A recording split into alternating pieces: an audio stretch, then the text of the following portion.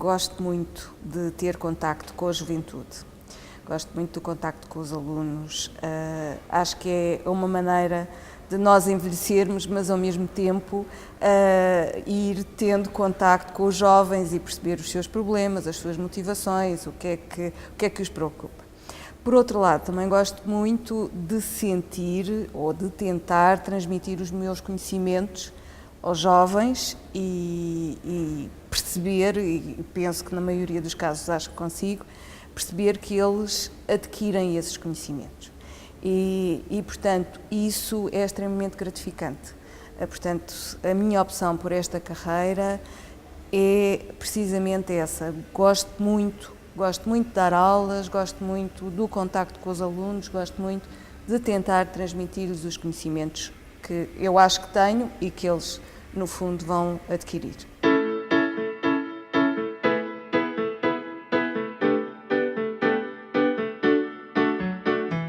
Não tenho assim um modo definido de preparar as aulas.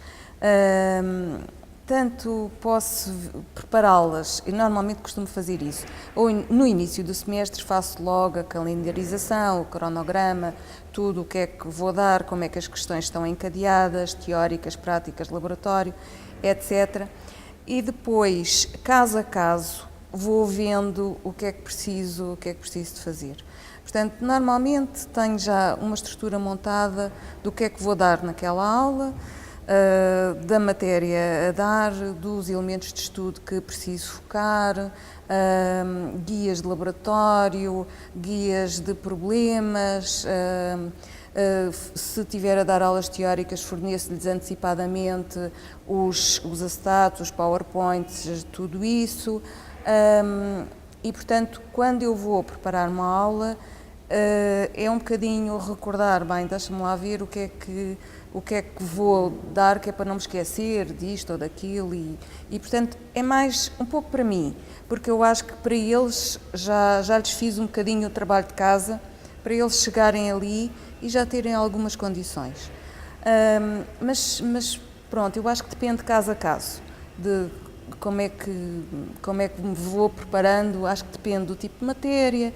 Há matérias em que eu consigo tirar uns filmes ou uns PowerPoints, umas figuras mais apelativas, há outras que nem por isso, há outras que são problemas de os alunos fazerem nas aulas e, portanto, têm que à partida estar preparados, eu tenho que saber as soluções, obviamente.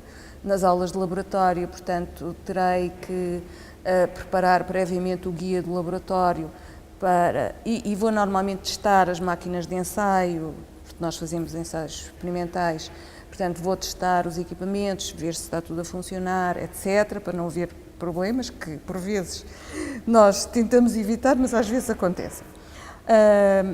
Portanto, tudo isso. Portanto, não é apenas... depende muito do tipo de conteúdo que estou a transmitir aos alunos. Os alunos são alertados para o facto de, previamente, eles terem que ver a ficha do laboratório que vão fazer antes de chegarem ao laboratório. E, portanto, isso está tudo disponibilizado na nossa plataforma, portanto, no sistema Fênix, e eles, quando vêm para o laboratório, já têm que ter um trabalho prévio. Portanto, trabalho prévio esse, que é um trabalho autónomo, que eu considero que vem no sentido da aplicação do processo de Bolonha aqui no técnico, que precisamente vai incentivar o trabalho autónomo dos alunos. E isso é extremamente importante. E eu, tanto quanto posso, incentivo-os a fazer isso.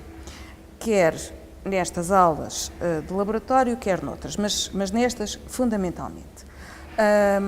E, portanto, o aluno deve ter a responsabilidade de já vir para a aula com o conhecimento do que é que vai fazer. Portanto, e esse conhecimento do que é que vai fazer não é só olhar para a ficha, mas também perceber a matéria, o encadeamento da matéria teórica que está subjacente àquele laboratório. Eu acho que isso é extremamente importante. Eu acho que o técnico, do meu ponto de vista, apostou muito bem nesta reforma de Bolonha, em que se privilegia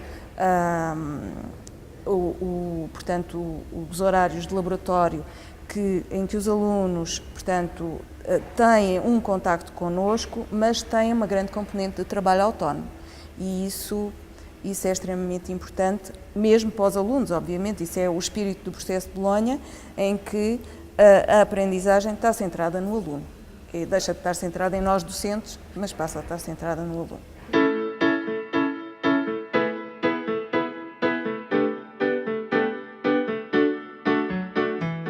Por exemplo, dar-lhes coisas para eles fazerem e entregarem passadas 2 ou 3 semanas.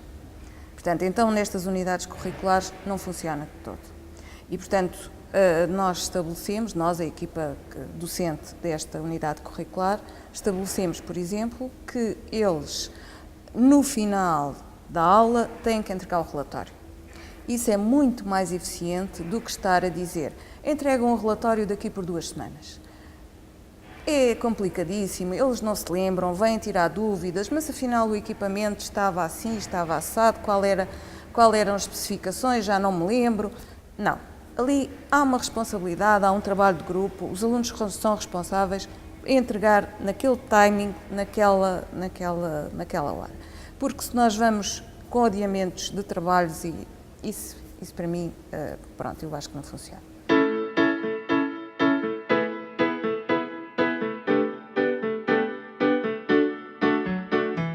Em relação à parte das taxas de esforço, realmente depende muito dos ICTS, como referiu, e eu já dei algumas unidades curriculares de competências transversais em que nós, de facto, com 1,5 ECTS, não podemos exigir ao aluno que tenha um grande esforço, como disse, nessa unidade curricular.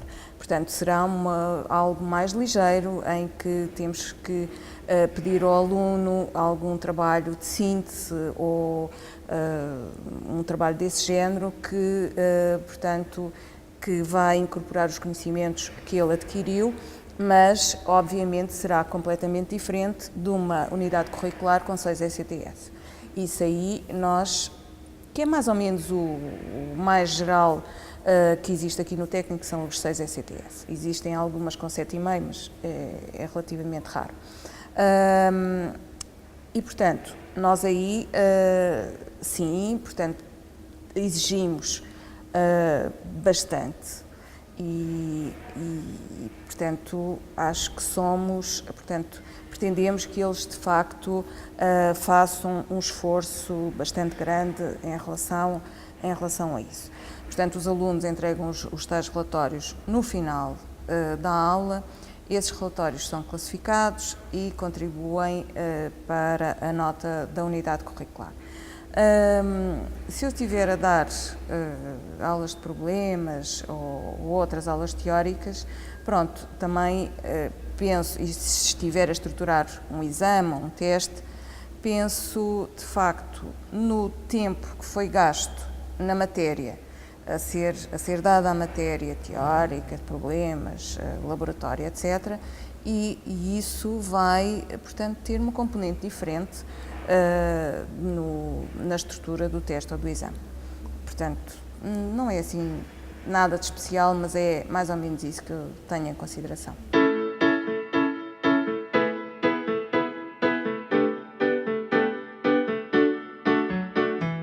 Eu costumo fazer normalmente, portanto, quando inicio uma aula, vou dizer, na aula passada fizemos isto assim, assim, nesta aula vamos fazer isto e depois no final costumo dizer, pronto, agora na próxima aula faremos um ensaio tal, ou que iremos comparar com este, ou uma coisa desse género. Portanto, normalmente, quer quando estou a dar laboratórios, quer quando estou a dar aulas teóricas, faço isto.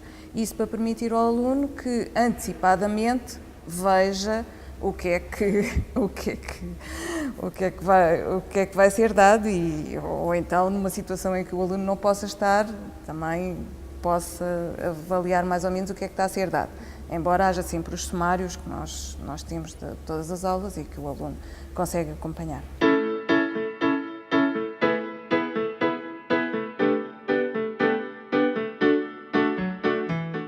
quando estou a expor uma matéria, mesmo no laboratório, quando estamos a fazer um ensaio e eu estou a falar, e vejo que há alguém que interrompe ou que está a falar à parte e que não está a tomar atenção, paro, pergunto, passa-se alguma coisa, algum problema?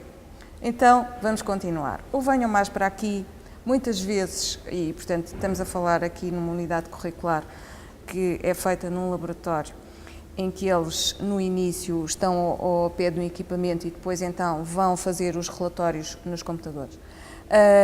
E há muitas vezes a tendência de alguns alunos se afastarem do ponto central da aula.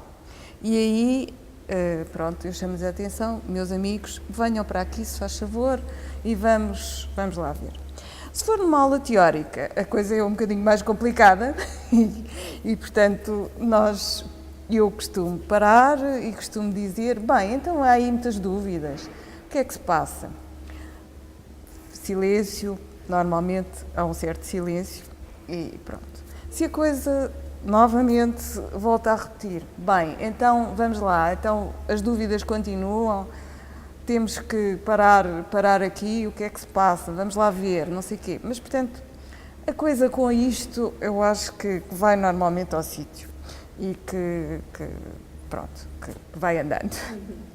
Que se consegue conciliar, mas obviamente há sempre alguma questão menos boa. Eu lembro-me, por exemplo, houve uma vez num laboratório em que uns alunos apagaram o relatório do grupo de um outro grupo. Bem, foi muito aborrecido. Tive eu que estar a ajudar o grupo que o relatório tinha sido apagado para, que as coisas corressem bem. Mas há sempre situações imprevisíveis.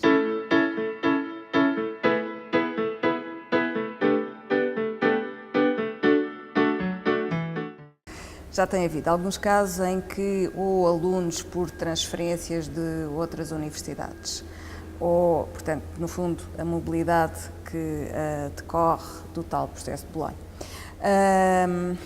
Portanto, nessas situações, há alunos que se nota que nós conseguimos identificar que não estão tão bem preparados como outros alunos, talvez a maioria, normalmente é assim.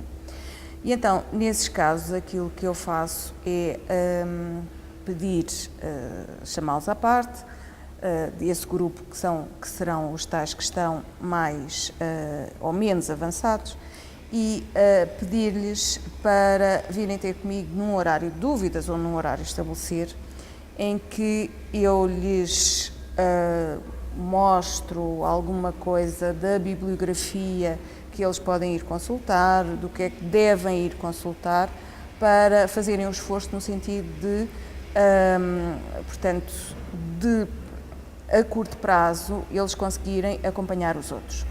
E, portanto, eu faço, portanto, chamo os outros fora do contexto dos alunos que estão mais avançados para virem ter comigo e portanto, para que, no fundo, se uniformize, tentar uniformizar toda a situação. Eu digo sempre para eles mandarem um e-mail, em qualquer altura, e combinamos uma hora para eles irem ter comigo. Não tem que ser rígido, não tem que ser no horário de dúvidas. Desde que eu tenha disponibilidade e que eles também, combinamos uma hora e encontramos e passo o tempo que for possível, que for necessário com eles e pronto. Portanto, não há, da minha parte, nunca houve uma rigidez nos horários. E há sempre flexibilidade e eu penso que isso também é uma coisa que eles gostam.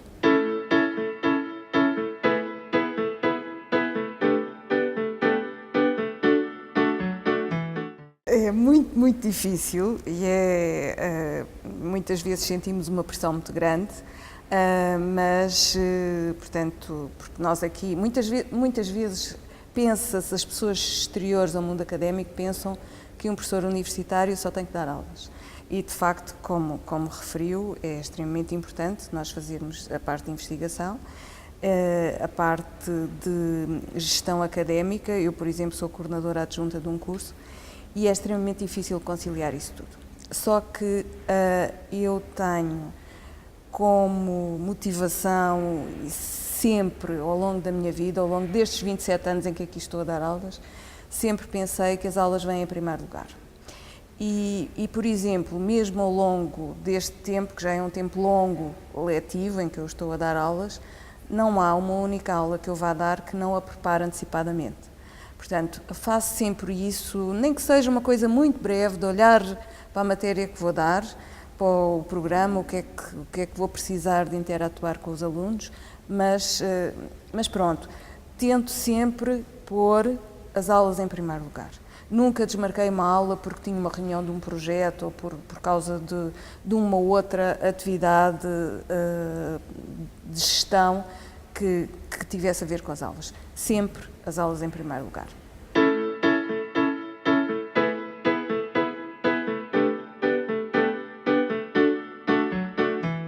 O segredo, vamos lá, está em nós tentarmos criar uma relação com o aluno de respeito. Ou seja, nós temos que pensar que o aluno nos respeita a nós, obviamente, mas que nós respeitamos o aluno. E ele tem que perceber isso. E, para além disso, nós estamos ali com uma função de os ajudar a cumprir um determinado objetivo. Eles têm que cumprir o objetivo, pronto, basicamente, de fazer aquela unidade curricular, ter boa nota, ter aprovação naquela unidade curricular. E têm que encarar o professor como alguém que os ajuda, como alguém que, obviamente, está num nível superior ao deles, em termos de formação, mas não está tão acima, tão distante, que não lhes permite, não haja qualquer interação, que não se preocupe nada com o que eles sintam, ou se eles fazem ou não fazem a unidade curricular. Não, eu acho que é muito importante eles perceberem que um professor é quase um amigo deles, é alguém que está do lado deles, que vai ajudá-los, que se compromete ali. Portanto, tentar estabelecer a tal uma relação de cumplicidade, como eu há bocadinho estava a dizer. Portanto, eu acho que nunca nenhum aluno me faltou ao respeito e eles até muitas vezes, depois de serem meus alunos, me falam muito bem.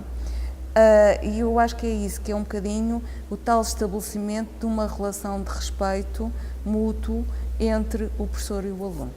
E eu acho que isso é, vamos lá, se quiser, o segredo de uma boa prática de lecionação, eu penso que é por aí.